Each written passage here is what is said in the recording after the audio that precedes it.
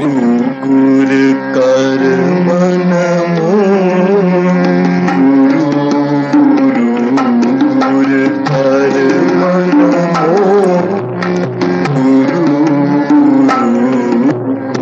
कर मन मोह,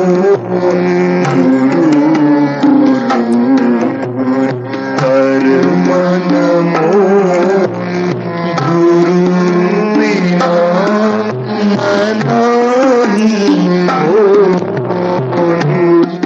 बिना मनाही हो, गुरु कर मन मोह, गुरु कर मन मोह।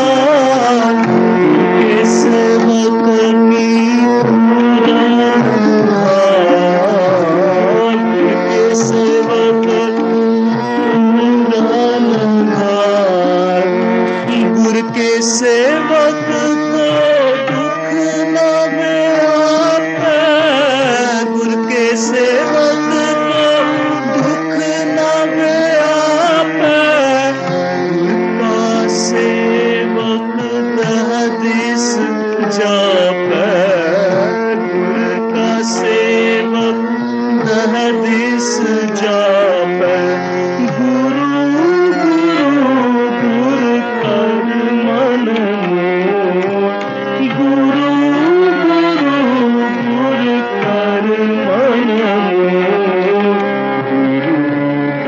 गुरु कर मन मोह। कि हाय मेरी कोड़ी, कोड़ी दे दिया ना।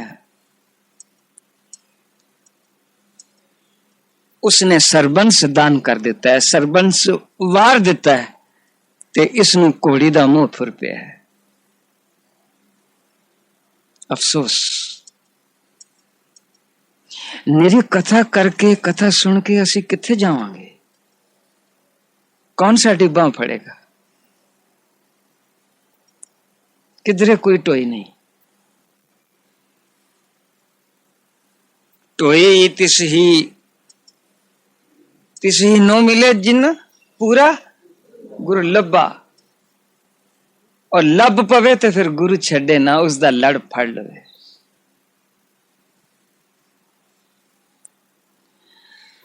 वाह, कोड़ी दा मुंह मोह फुर पिया।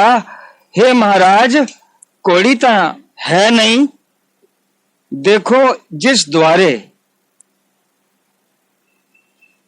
विचार करो कि जिस दे द्वारे हजारां घोड़े बद्धे सन, हजारां लखां कीमतां दे, इस दे फौज दे एक एक सिपाही पास हजार रुपए दा घोड़ा हुंदा सी, ओ आज एक घोड़ी मंगदा पिया और अगों ना पई हुंदी है। ए ना कौन करदा पिया? अपना सेवक, प्यार करन वाला है कि ना, दिल तोड़न वाला मामला।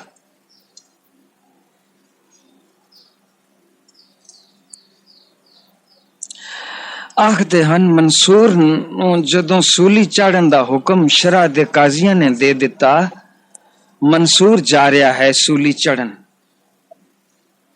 मंसूर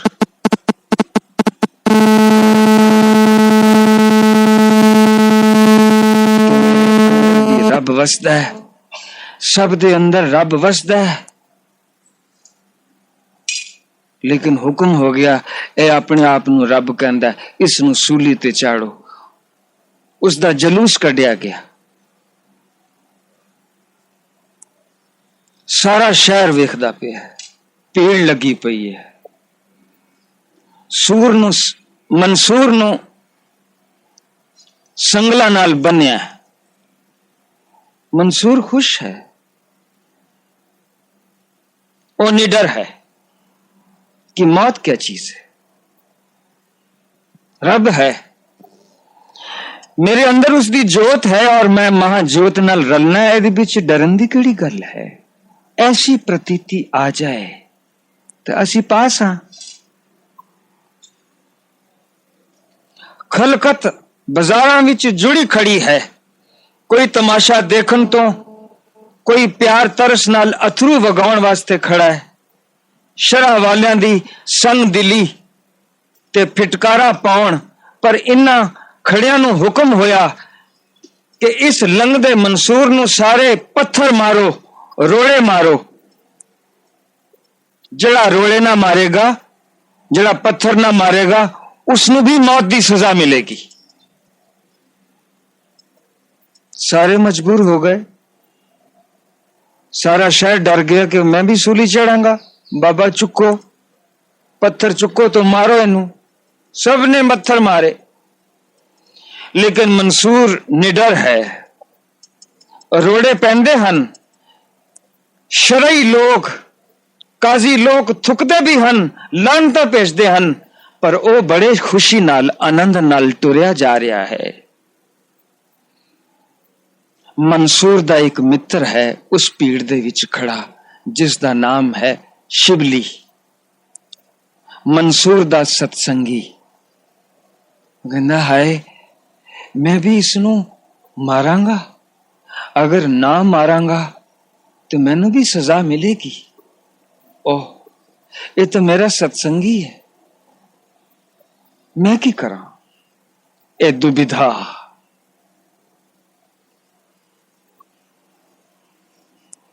दुविधा। पातशाह आखते हैं दुविधा विच जीव मलीन हुंदा है। कहंदा हुण मैं करा की, मारा के ना मारा, की करा। मित्र है, मंसूर नूं समझदा है कि यह सच्चा है, काजी झूठे हन, पर हुक्म सी रोड़े मारन दा, लेकिन शिवली दा जी नहीं करदा मित्र नूं ते बेगुनाह नूं रोड़ा मारे। पर फिर भी भय खा गया, इस करके इसने पत्थर ते ना मारिया, छोटा जिहा फुल चा मारिया। मैं पत्थर नहीं मारना, फुल मार देना। उसदे मित्र मंसूर नूं फुल लगा मोढे ते चीका मार उठिया, मंसूर ते तू तो मेरा मित्र सैं, मैनू पत्थर नाल पीड़ नहीं हुई जिवें तेरे फुल दे प्रहार नाल पीड़ हुई है, क्योंकि तू मेरा है, तू मेरा मित्र सैं। मारना ही सी ना, प्रहार कीता तू, भावें पत्थर नाल मारिया या भावें फुल नाल, लेकिन तू प्रहार कीता है। पता लगा कि तेरे अंदर डर वसदा है। रो उठिया, कुरला उठिया कि पीड़ मैनू हुण होई है, पत्थर नाल पीड़ नहीं हुई। 100 बेगाना बदनामी करे, लेकिन अपने घर विचों ही कोई निकल पवे प्रहार करन वास्ते, मेहने देन वास्ते, ते मनुख दा मन दुखी हुंदा है कि तू तां अपना सैं, तू मैनू ये गल आखी है। आदमी इस दुख नाल ही मर जाता कई बार। लेकिन देखो मंसूर क्यों रोया? शिबली मित्र नू रोड़े मारन वालियां विच, शिबली नू रोड़े मारन वालियां विच खड़ा ही नहीं होना चाहिए सी। इस तो वध दिल तोड़न वाली गल की होवे कि अपना ही महरम मारन वाला हो जाए। मंसूर रो पैण विच सच्चा सी, मित्र होवे ते ओ भी मारन वालियां विच खड़ा होवे, चाहे फुल ही मारे। ऐसी मंसूर नू मानसिक पीड़ा। मंसूर मनुख सी, लेकिन देखो साहिब श्री गुरु गोबिंद सिंह महाराज भगवंत रूप ने इन्हां नू ना हो रही है, गुलाबे ने घरों कट दिता और फतू ने घोड़ी भी ना दिती। यह कोई थोड़ी गल है? लेकिन जरा समझो ते सही, ये तो दुखी नहीं हुंदे। नहीं घोड़ी देनी, चंगा भी रख, तेन घोड़ी नाल प्यार है। गुलाबी नू कहन बई तू सुखी रहो, असी चले जाने आ। अगर साडे इत्थे रात रहन करके तेनू कुछ दुख है, तेनू डर है, तो असी चले जाने आ, तू डर ना। लेकिन बादशाह दे दिल विच कुछ पीड़ा नहीं हुई। ए जरा अपने दिल दे तराजू ते असी तोलना है कि साडे साहिब दुख वापरदा ही नहीं। बादशाह दुख मनन वास्ते किसी भी हालत विच तैयार नहीं है। कोई दुख नहीं है।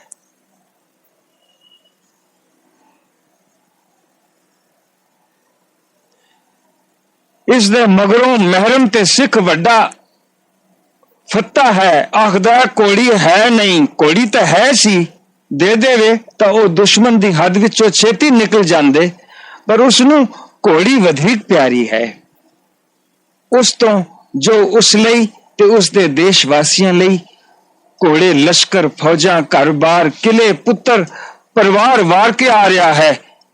इत्थे ही बस नहीं, अगे अपने गुरु दे घर दे वरसाए बाबे कृपाल दे डेरे दे महंत पास जाके एक रात रहन बसेरा मंगदे हन, एक अद्धे दिन वास्ते आराम चाहते हन। पर महंत आखदा है नहीं, मैं तुर्कां तो डरदा हां, आप ढाई करो ते इत्थे ना टिको,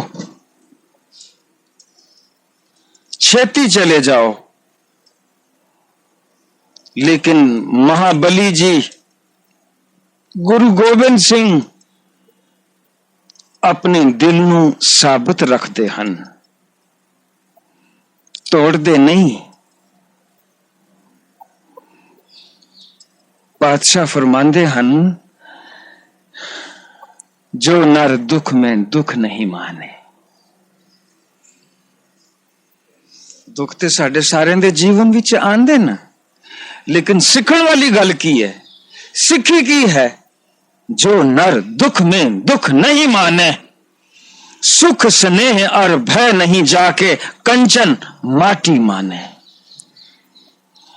इस महाबली जी ने आप आख्या है अपने बलां दे समुंदर नू, उस परमात्मा नू, उस अकाल पुरख नू नमो तान ताने। हे नमस्कार है बलां दे बली निरंकार, तेनू नमस्कार है।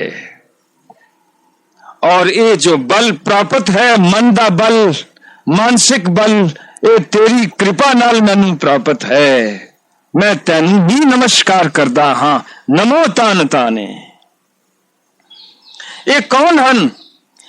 यही है साहिब श्री गुरु गोबिंद सिंह, सर्व शक्तियां दे मालक, जिन्ना दा असूल है दुख नाही सब सुख ही है रे, एक है एक ही नेत है।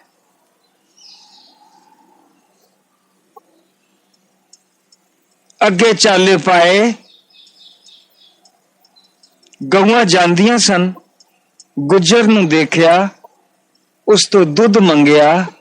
उन्होंने दुध देण दी थां मश्करी जी कर ली कि महाराज मेरिया जड़ियां गौआं ने वो दुध तो भजियां हुई हैं।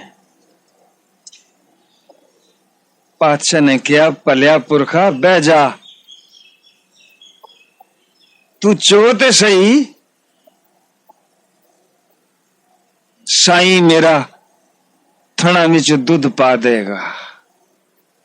कहंदे महाराज मेरे कोल छन्ना है, मेरे कोल कटोरा है, जड़ा छेको छेक होया होया, होर कोई बर्तन नहीं है, भांडा नहीं है। एक भांडा मिलिया, छेको छेक ओही। उसने दुध चोना शुरू किया। दुध तो भजी हुई गऊ ने दुध दे दिता। दुध लोटे विच पवे, कुछ रहे, कुछ छेखा ताही वह जावे। जदों सारा लोटा भर गया तो दुध वहनों बंद हो गया, कटोरा दुध नाल भर गया। पातशाह ने दुध नू वर्त लिया और आख्या, विश्वंभर हैं सरबंभर हैं, कहंदियां खाली लोटा माही नू दे दिता। फरमाया, ए सांभ के रखी लोटा, है ता ए छेको छेक, पर तेरियां पुरखां नू, तेरियां पीढ़ियां नू रजांदा रहेगा। जा। ये लोटा उस माही दे खानदान विच अज तक है, और पहलों भर दे ते थोड़ा चोंदा है, जदों नको नक भर जांदा है तो फिर नहीं चोंदा। ये है जो दास ने आज पढ़िया और आप जी दे नाल ये सुख साझा कीता है। गुरु गोबिंद सिंह पातशाह साडे अंदर मानसिक बल पैदा करे, साडे अंदर शारीरिक त्राण पैदा करे, साडे अंदर बल पैदा करे, बल पैदा करे, साडे ते रहमत करे, सानू चढ़दी कला विच रखे, कृपा करे। फतेह अर्ज करदा जी। वाहिगुरु जी का खालसा, वाहिगुरु जी की फतेह। कोई नहीं दसदा ये संसार है जिसनों धुएं दा पहाड़ कहा गया। धुएं दा पहाड़ कोई नहीं हुंदा। संसार तो उम्मीद भी नहीं की जा सकती, ये तां खुद ही उद्यम करना पड़ेगा। उद्यम साध संगत तक, ਤਾਂ ਮਨ ਉੱਤੇ ਅਸਰ ਹੁੰਦਾ ਹੈ। ਉਦਮ ਕਰਤ ਹੋਵੇ ਮਨ ਨਿਰਮਲ, ਨਾਚੇ ਆਪ ਨਿਵਾਰੇ। ਨਾਚੇ ਦਾ ਮਤਲਬ ਹੈ ਤੇ ਨੱਚਣਾ ਨਹੀਂ ਹੈ। ਨੱਚਣ ਕੁੱਦਣ ਮਨ ਕਾ ਚਾਉ ਹੁੰਦਾ ਹੈ। ਨੱਚੀਏ ਟੱਪੀਏ ਭਗਤ ਨਾ ਹੋਏ। ਉਸ ਦਾ ਮਨ ਇਤਨਾ ਉਛਾਲੇ ਵਿੱਚ ਆ ਜਾਂਦਾ ਹੈ, ਨਿਰਭੈ ਅਵਸਥਾ ਵਿੱਚ ਆ ਜਾਂਦਾ ਹੈ। ਐਸਾ ਮਹਾਤਮ ਹੈ। ਬਾਹਰ ਪਰਦੇਸਾਂ ਤੋਂ ਆਇਆ ਇੱਕ ਨੌਜਵਾਨ, ਬਾਹਰ ਦੇ ਪੇਖ ਵਿੱਚ, ਯੂਰਪੀਅਨ ਡਰੈਸ ਵਿੱਚ, हैट पाई है, पढ़िया लिखिया, पश्चिमी विद्या प्राप्त की है। हुण अपने पिंड आया। पिंडां विच कुली किथों और उसदे कोल सामान है। घर जाना है, घर दूर है। पिंडां विच कोई कुली है नहीं, सामान चुकण वाला है नहीं, कोई टांगा, कोई रक्षा, कुछ भी तो नहीं है। लेकिन कोई उसनू देख रहा है, जड़ा सत्संगी है, जड़ा उद्यमी है, जड़ा रब नू याद करता है, जिसने अपना कर्तव्य पछाणिया है कि इसनू समान ढोण वास्ते आदमी कोई नहीं मिलता, कुली कोई नहीं मिलता, और ये बाहर दे मुल्क तो आया है। और वो सत्संगी उस यूरोपियन पढ़ाकू दे कोल गया कि तेरे कोल सामान बहुत है ते तू पिंड जाना है। कहना हाँ, कहना मैं तेरा सामान चुक लेना, लेकिन एक शर्त है। वो की शर्त है कि या तो मैनू कोई रब दे घर दी गल सुना या फिर मैथों सुन। मैं तो रब दे पासे पे ही नहीं, मैं तो विलायत दी उच्ची तालीम लैके आया। उथे इस प्रकार दे कोई समागम नहीं, कोई सत्संग नहीं, कुछ भी नहीं। मैं कुछ नहीं बोल सकांगा, तुसी कृपा करो। सत्संगी ने सारा सामान चुकिया और दोनों तुर हुए। कुछ परमार्थ दियां गल्लां उन्हें दसियां कि साडा जड़ा देश है वो धर्म प्रधान है। वास्तव दे विच जिसने नाम जपिया उसदा पार उतारा और संसार नु भव सागर के आगे है। नौजवान सुनी गया, सच्चियां गल्लां अंदर पुड़दी हैं और संसार दी लिती हुई तालीम व्यर्थ व्यर्थ जापदी है, फिक्की फिक्की, रसहीन, एक मजबूरी। संसार दी तालीम संसार दा वक्त कट्टण वास्ते है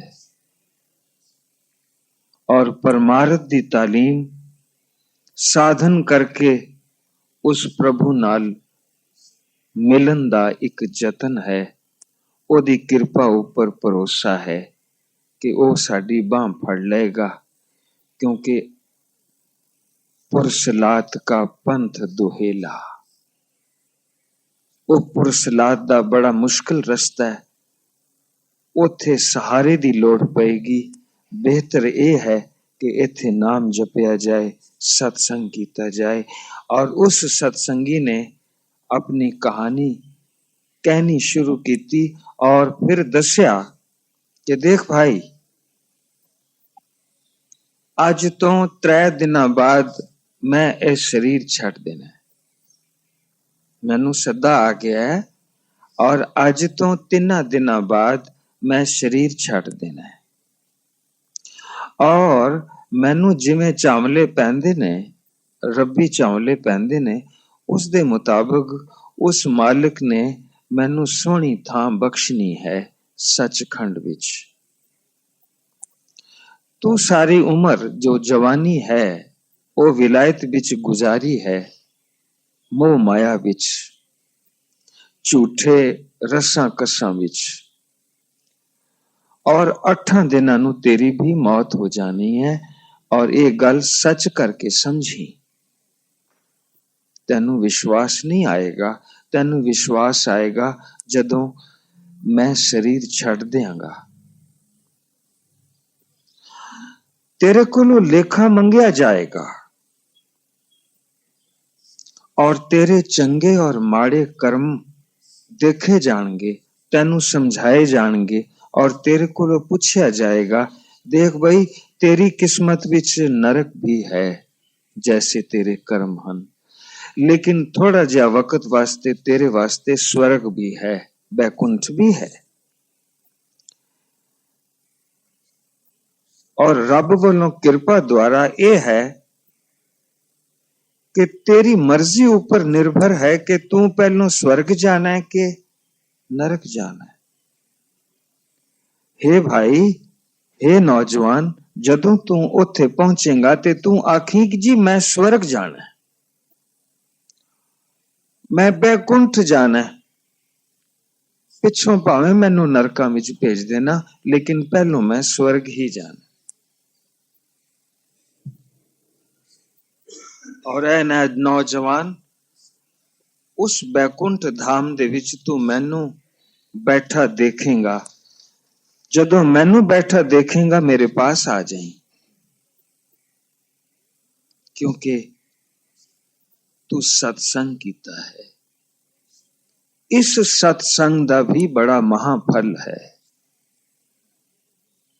वो नौजवान ते अपनी तालीम ही भूल गया, अपनी एजुकेशन सब कुछ भूल गया,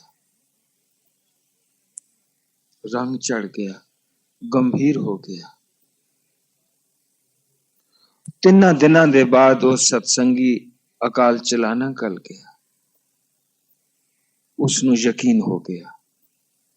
नौजवान जड़ा विलायत तो आया सी उसनू यकीन हो गया। ये कहंदा सी 3 दिनां बाद मैं शरीर छड़ देना ते 8 दिनां बाद मैं छड़ देना। हुण ते यकीन मैनू भी हो गया कि आज तो कुछ दिनां बाद मैं भी चढ़ाई कर जाना। ठीक उतने दिन बीते और नौजवान ने भी शरीर छड़ दिता। पूछया गया दरगाह दे विच, किथे जाना है, बैकुंठ जाना है कि नरकां विच जाना है? इसनू उस सत्संगी दी गल याद आ गई और जवाब दिता, जी मैं बैकुंठ ही जाना है, पहलो मैनू बैकुंठ ले जाओ। ले गए।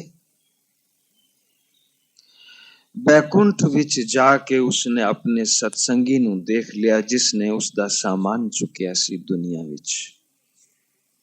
ओदे कोल जा बैठा, लेकिन जमदूत बैकुंठ नहीं जा सकते। बैकुंठ दा जदों समा पूरा हो गया ते जमदूता ने उसनू बुलाया कि हुण बाहर आ। सत्संगी ने क्या हुण बाहर ना जाई। ओ जमदूत जड़े सिंगा वाले इतने भयानक रूप लेके आए, ओ बैकुंठ धाम अंदर नहीं जा सकते, ओ दहलीज नहीं टप सकते।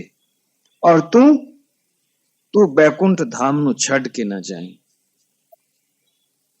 तू बैठा नहीं। तैनू उस सत्संग दा जड़ा असी राह विच टुरदियां कीता सी, उसदा महाफल इत्थे प्राप्त कर के सदा सदा वास्ते बैकुंठ विच अपना आसन जमा।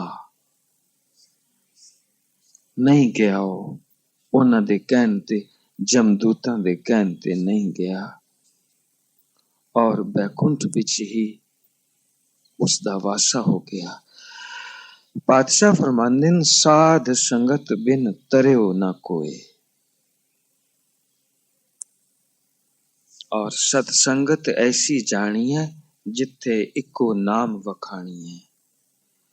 सो सत्संग दा महात्म इतना है कि एकत्र होके पाठ किया जाए, रब्बी बाणी दा नाम जपया जाए, नालों नाल विचारिया भी जाए, गुरु बाबा साडी बाह फड़ लेगा, साडा निस्तारा हो जाएगा। वाहिगुरु जी का खालसा, वाहिगुरु जी।